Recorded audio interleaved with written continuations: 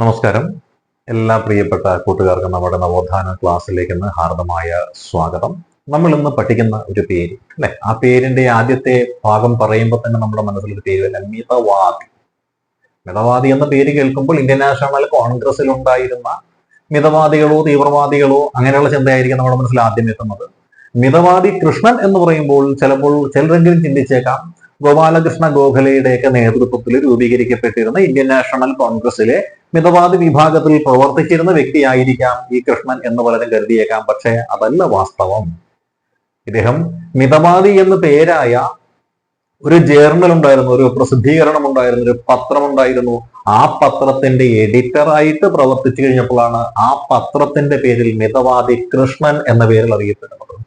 നമ്മൾ ഇടവേള ബാബു എന്ന് പറയാറില്ലേ, ഇടവേള എന്ന സിനിമയിൽ അഭിനയിച്ചതുകൊണ്ടാണ് അല്ലെ. ജയം രവി എന്ന് പറയുന്നില്ലേ, ജയം എന്ന സിനിമയിൽ അഭിനയിച്ചുകൊണ്ടാണ്. മണിയൻ പിള്ള രാജു എന്ന് പറയാറില്ലേ, മണിയൻ പിള്ള അഥവാ മണിയൻ പിള്ള എന്നൊരു സിനിമയിൽ അഭിനയിച്ചത് കൊണ്ടാണ്. അപ്പോൾ ഇവിടെ മിതവാദി സി കൃഷ്ണൻ എന്ന് പറഞ്ഞു കഴിഞ്ഞാൽ മിതവാദി എന്ന പേരായ ഒരു പത്രത്തിന്റെ എഡിറ്ററായിട്ട് പ്രവർത്തിച്ചുകൊണ്ട് സമൂഹത്തിന്റെ ഉന്നമനത്തിന് വേണ്ടി പ്രവർത്തിച്ച വ്യക്തിയാണ് ഇദ്ദേഹം. ഇദ്ദേഹം സമുദായത്തിന്റെ ഉദ്ധാരകൻ എന്ന പേരിൽ അറിയപ്പെടുന്ന വ്യക്തിയാണ്. കാരണം സമുദായത്തിന് വേണ്ടി പ്രവർത്തിച്ച വ്യക്തിയും കൂടിയായിരുന്നു മിതവാദി സി കൃഷ്ണൻ. അപ്പോൾ ഈ മിതവാദി സി കൃഷ്ണനെ കുറിച്ചാണ് നമ്മൾ ഇന്നത്തെ ക്ലാസ്സിൽ പഠിക്കാൻ പോകുന്നത്. അപ്പോൾ മിതവാദി കൃഷ്ണനെ കുറിച്ചുള്ള ഈ ക്ലാസ് നമ്മൾ തുടങ്ങാൻ പോവുകയാണ്. ക്ലാസ് എടുക്കുന്ന എന്റെ പേരാണ് ശ്രീറാം. അപ്പോൾ നമുക്ക് നോക്കാം അല്ലെ. അപ്പൊ ആരായിരുന്നു മിതവാദി കൃഷ്ണൻ എന്ന് ചോദിച്ചാൽ 1867 തൃശ്ശൂരിൽ ജനിച്ച ഒരു നവോത്ഥാന നായകൻ. ഇദ്ദേഹത്തിന്റെ ജന്മസ്ഥലമാണ് തൃശ്ശൂർ എന്ന് പറയുന്നത്. 1867 ഇദ്ദേഹം തൃശ്ശൂരിൽ ജനിച്ചത്. അപ്പൊ തൃശ്ശൂരിൽ ജനിച്ച നവോത്ഥാന നായകൻ 1867 ഇദ്ദേഹം തൃശ്ശൂരിൽ ജനിച്ചത്. അദ്ദേഹം സമുദായത്തിന്റെ ഉന്നമനത്തിന് വേണ്ടി പ്രവർത്തിച്ചൊരു വ്യക്തിയാണ്. അദ്ദേഹത്തിന്റെ സമുദായം ഏത് എന്ന് ചോദിച്ചാൽ നമുക്കറിയാം, SNDP എന്ന് പറയുന്ന ശ്രീനാരായണ ധർമ്മ പരിപാലന സംഘം അല്ലെങ്കിൽ ശ്രീനാരായണ ധർമ്മ പരിപാലന യോഗം എന്നൊരു സംഘടനയുണ്ട്. ആ സംഘടനയുടെ ഉന്നമനത്തിന് വേണ്ടി പ്രവർത്തിച്ച വ്യക്തിയാണ് മിതവാദി സി കൃഷ്ണൻ എന്ന് പറയുന്നത്. എവിടെ പ്രവർത്തിച്ചു?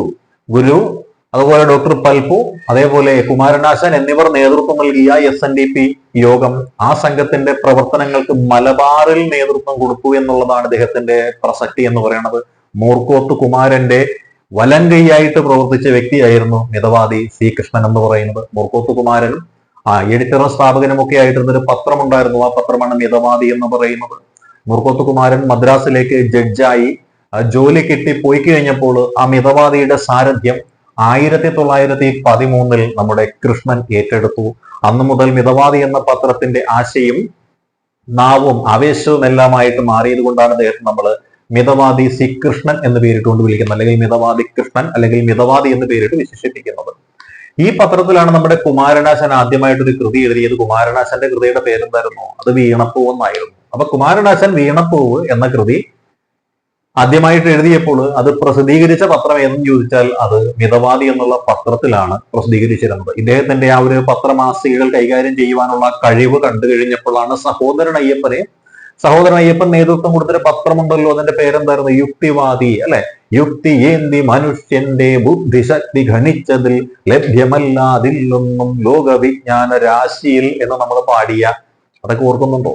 അപ്പോൾ ആ ഒരു യുക്തിവാദി പത്രത്തിന്റെ പത്രാധിപ സമിതിയിലെ അംഗമായിട്ട് പ്രവർത്തിച്ചിട്ടുള്ള വ്യക്തിയും കൂടിയാണ് ആര്?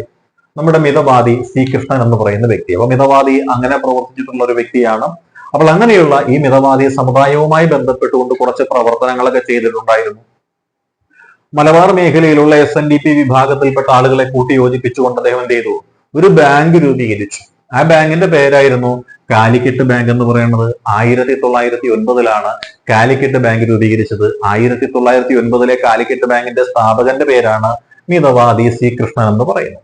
ഇതിന് പുറമെ അദ്ദേഹം ചെയ്ത കാര്യം എന്താണ്? കോഴിക്കോട് കേന്ദ്രമാക്കിയിട്ട് അവിടെയുള്ള ഈഴവരാതി വിഭാഗത്തെ ഉൾപ്പെടുത്തിക്കൊണ്ട് ഒരു ക്ലബ്ബ് രൂപീകരിച്ചു. എന്നിട്ട് ക്ലബിനൊരു പേരും ഇട്ടു. ആ പേരായിരുന്നു SNDP ക്ലബ് എന്ന് പറയും. 1912 കോഴിക്കോട് SNDP ക്ലബ് എന്ന പേരിൽ ഈഴവ സമുദായത്തിലെ അംഗങ്ങളെ ഉൾപ്പെടുത്തിക്കൊണ്ട് ഈഴവ സമുദായത്തിന്റെ ഉന്നമനത്തിന് വേണ്ടുന്ന പ്രവർത്തനങ്ങൾ നടത്തുവാനുള്ള ഒരു കൂട്ടായ്മ എന്ന നിലയിൽ SNDP ക്ലബ്ബ് രൂപീകരിച്ച നവോത്ഥാന നായകൻ അല്ലെങ്കിൽ സാമൂഹ്യ പ്രവർത്തകൻ, അദ്ദേഹത്തിന്റെ പേരായിരുന്നു മിതവാദി സി കൃഷ്ണൻ എന്ന് പറയുന്നത്. എന്നാൽ കുറച്ചു കഴിഞ്ഞപ്പോൾ ഈ SNDP യോഗത്തിൽ തന്നെ ജാതീയമായ ചില സ്പിരിറ്റുകൾ വരാൻ തുടങ്ങി.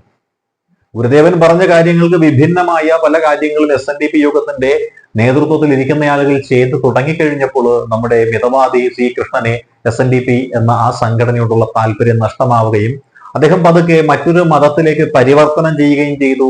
ഇദ്ദേഹം പിന്നീട് പ്രവർത്തിച്ച മതത്തിന്റെ പേരാണ് ബുദ്ധമതം എന്ന് പറയുന്നു. അപ്പോൾ ബുദ്ധമത പ്രചാരകനായിട്ടും ബുദ്ധമതത്തിന്റെ ആശയങ്ങൾ പ്രചരിപ്പിക്കുന്നതിന് പിന്നീട് നമ്മുടെ മിതവാദി പ്രവർത്തിക്കുകയാണ്. അങ്ങനെ ബുദ്ധമതത്തിൽ ചേർന്ന മിതവാദി എന്ത് ചെയ്തു? ബുദ്ധമത വിശ്വാസികളുടെ ഒരു കൺവെൻഷൻ വിളിച്ചു ചേർക്കുകയാണ് ഉണ്ടായത്. 1925 ബുദ്ധമത കൺവെൻഷൻ കോഴിക്കോടിൽ ഇദ്ദേഹത്തിന്റെ വീട്ടുപറമ്പിൽ വെച്ച് നടത്തി എന്നാണ് അതുകൊണ്ട് പറയുന്നത് അല്ലെ. വീട്ടുപറമ്പിൽ വെച്ചിട്ട് 1925 ബുദ്ധമത കൗൺസിൽ ഇദ്ദേഹത്തിന്റെ വീട്ടുപറമ്പിൽ വെച്ച് നടത്തുകയുണ്ടായി. അദ്ദേഹം സ്ഥാപിച്ച ഒരു സംഘടനയുണ്ട്. സംഘടനയുടെ പേരാണ് മഹാബോധി ബുദ്ധ മിഷൻ എന്ന് പറയും. അപ്പോൾ മഹാബോധി ബുദ്ധ മിഷൻ എന്ന് പറയുന്നത് ആര് രൂപീകരിച്ച സംഘടനയാണെന്ന് ചോദിച്ചാൽ മിതവാദി കൃഷ്ണന്റെ നേതൃത്വത്തിൽ രൂപീകരിക്കപ്പെട്ട സംഘടനയുടെ പേരാണ് മഹാബോധി ബുദ്ധ മിഷൻ എന്ന് പറയുന്നത്. ഇതുകൂടാതെ മലബാറിലുള്ള കർഷകരുടെ ദുഃഖവും ദുരിതവും എല്ലാം അകറ്റുന്നതിന് വേണ്ടിയിട്ട് മലബാറിലെ കാർഷിക നിയമങ്ങളിൽ വ്യക്തമായൊരു ഭേദഗതി വരുത്തിക്കൊണ്ടുള്ള 1930 മലബാർ ടെനൻസി ആക്ട് പാസ്സാക്കുന്നതിന് പിന്നിൽ പ്രവർത്തിച്ച പ്രധാനപ്പെട്ട ചാലക ശക്തി എന്ന് പറയുന്നതും മിതവാദി ശ്രീകൃഷ്ണൻ തന്നെയാണ്. അക്കാലത്ത് ഈ പറയുന്ന മലബാർ മേഖലയിലെ പൊതുവഴിയിലൂടെ സഞ്ചരിക്കുവാനായിട്ട് അവർണ വിഭാഗത്തിൽപ്പെട്ട ജനതയെ സവർണർ അനുവദിക്കാതിരുന്ന കാലഘട്ടത്തിൽ തളി ക്ഷേത്രത്തിന് മുന്നിലുള്ള റോഡിലൂടെ അദ്ദേഹം അവർണ വിഭാഗത്തിൽപ്പെട്ട ആളുകളെ കൈപിടിച്ചുകൊണ്ട് എല്ലാ ദിവസവും വൈകുന്നേരങ്ങളിൽ ഇങ്ങനെ സവർണരെ വെല്ലുവിളിച്ചുകൊണ്ട് ഒരു ജാഥ നടത്തിയിരുന്നു.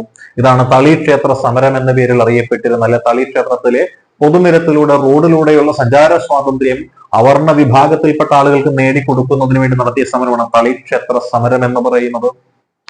ഇദ്ദേഹം സംസ്കൃത വിദ്യാഭ്യാസത്തിന്റെ പ്രചാരകൻ എന്ന നിലയിലും പ്രവർത്തിച്ചിട്ടുണ്ടായിരുന്നു. ഇദ്ദേഹം സംസ്കൃത വിദ്യാഭ്യാസത്തിന്റെ പ്രചരണത്തിന് വേണ്ടിയിട്ട് ആരംഭിച്ചൊരു പാഠശാലയുണ്ട്. ആ പാഠശാലയുടെ പേരാണ് ബാലപ്രബോധിനി സംസ്കൃത പാഠശാല എന്നാണ് അറിയപ്പെടുന്നത്. ബാലപ്രബോധിനി സംസ്കൃത പാഠശാല ആര് രൂപീകരിച്ചു എന്ന് ചോദിച്ചാൽ മിതവാദി ശ്രീകൃഷ്ണൻ രൂപീകരിച്ചതാണ് ബാലപ്രബോധിനി സംസ്കൃത പാഠശാല എന്ന് പറയുന്നത്. ഇതേപോലെ സ്കൂൾ അധ്യാപികമാരായിട്ട് പ്രവർത്തിക്കുന്ന സ്ത്രീകളുണ്ട്, വനിതകളുണ്ട്. അപ്പോൾ അത്തരത്തിൽ പ്രവർത്തിക്കുന്ന സ്കൂൾ അധ്യാപകർ മാത്രമല്ല മറ്റിതര മേഖലകളിലും പ്രവർത്തിക്കുന്ന വനിതകളുടെ ബുദ്ധിമുട്ടുകളും സങ്കടങ്ങളും ഒക്കെ പരിഹരിക്കാനായിട്ടൊരു പോംവഴി എന്ന നിലയിൽ അദ്ദേഹം ഒരു ലേഖനം എഴുതിയിട്ടുണ്ട്. ആ ലേഖനത്തിന്റെ പേരാണ് മിസ്ട്രസ്സുമാരുടെ സങ്കടങ്ങൾ എന്നാണ് പറയുന്നത്. മിസ്ട്രസ്സുമാരുടെ സങ്കടങ്ങൾ. അപ്പോൾ മിസ്ട്രസ്സുമാരുടെ സങ്കടങ്ങൾ എന്നുള്ള കൃതി ആരെഴുതിയെന്ന് ചോദിച്ചാൽ മിതവാദി ശ്രീകൃഷ്ണൻ എഴുതിയതാണ് മിസ്ട്രസ്സുമാരുടെ സങ്കടങ്ങൾ എന്ന് പറയുന്നത്. മിതവാദിയെ കുറിച്ച് ചോദിച്ചു കഴിഞ്ഞാല് 1867 തൃശ്ശൂരിലാണ് മിതവാദി ജനിച്ചത്. 1913 അദ്ദേഹം മിതവാദി എന്ന പത്രത്തിന്റെ സാരഥ്യം മൂർക്കോത്ത് കുമാരനിൽ നിന്നും ഏറ്റെടുത്തു.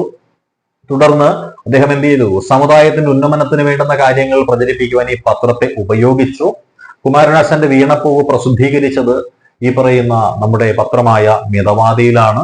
ഇതുകൂടാതെ ഇദ്ദേഹം യുക്തിവാദി എന്നുള്ള പത്രത്തിന്റെ എഡിറ്റോറിയൽ ബോർഡിൽ അംഗമായിട്ടുണ്ടായിരുന്ന വ്യക്തിയാണ്. സമുദായ പ്രവർത്തനം എന്ന് പറയുമ്പോൾ SNDP എന്ന സമുദായത്തിന്റെ പ്രവർത്തനത്തിൽ അദ്ദേഹം വ്യാപൃതനായിരുന്നു. മലബാറിൽ SNDPയുടെ ക്ലബ് അദ്ദേഹം രൂപീകരിച്ചിട്ടുണ്ട് അല്ലെ. അതേപോലെ തന്നെ കാലിക്കറ്റ് ബാങ്ക് അദ്ദേഹം രൂപീകരിച്ചിട്ടുണ്ട്. പിന്നെയോ അദ്ദേഹം അവസാനം ബുദ്ധമതത്തിലേക്ക് പരിവർത്തനം ചെയ്തിട്ട് മഹാബോധി ബുദ്ധ മിഷൻ എന്ന പേരിൽ ഒരു കൺവെൻഷനൊക്കെ നടത്തിയിട്ടുണ്ട്. പിന്നെയോ മദ്രാസ് ടെനൻസി ആക്ട് എന്ന പേരിൽ കാർഷിക മേഖലയുടെ ബുദ്ധിമുട്ടുകളും കർഷകരുടെ ദുരിതവും എല്ലാം മാറ്റുന്നതിനുള്ളൊരു നിയമത്തിന് വേണ്ടി പ്രവർത്തിച്ചത് അദ്ദേഹമാണ്.